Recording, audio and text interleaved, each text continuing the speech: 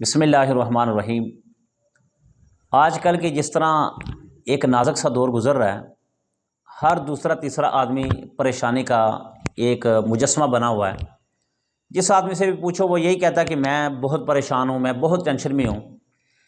یاد رکھنا، ہمیشہ دنیا کو سائڈ پہ رکھ کے دین کی طرف اگر دیکھا جائے نا تو پریشانی قریب بھی آپ کی کوئی نہیں آئے گی۔ زیادہ تر پریشانی کس حوالے سے ہے؟ رزق کے حوالے سے۔ اور جب اللہ نے وعدہ کر دیا کہ میں رزق دوں گا تو ہمیں پریشان ہونے کی ضرورت نہیں ہے۔ ہاں، اس کے باوجود اگر کسی آدمی کو کوئی پریشانی ہے، وہ اس وظیفے پر عمل کرے۔ نبی پاک صلی اللہ علیہ وآلہ وسلم نے فرمایا کہ جو آدمی اس وظیفے کو بلا ناغہ پڑھے گا، اس میں 99 بیماریاں، 99 ٹینشنیں اللہ تعالیٰ اس کی دور کر دے گا۔ 99 یعنی کہ جتنی بھی آپ کی پریشانیاں ہیں، مصیبتیں ہیں، کوئی بیماری ہے، کوئی غمی ہے، اللہ تعالیٰ سب کو دور کر دے گا۔ اور وہ عمل بھی اتنا بڑا عمل نہیں ہے کہ وہ صورت بقرہ پڑھنی پڑے گی، پورا قرآن پڑھنا پڑے گا، یا پوری رات تہجد میں گزارنے یا نوافل میں گزارنا پڑے گا، یہ بھی نہیں ہے۔ بس ایک معمولی سا جملہ ہے، آپ نے وہ ادا کرنا ہے۔ وہ کیا ہے؟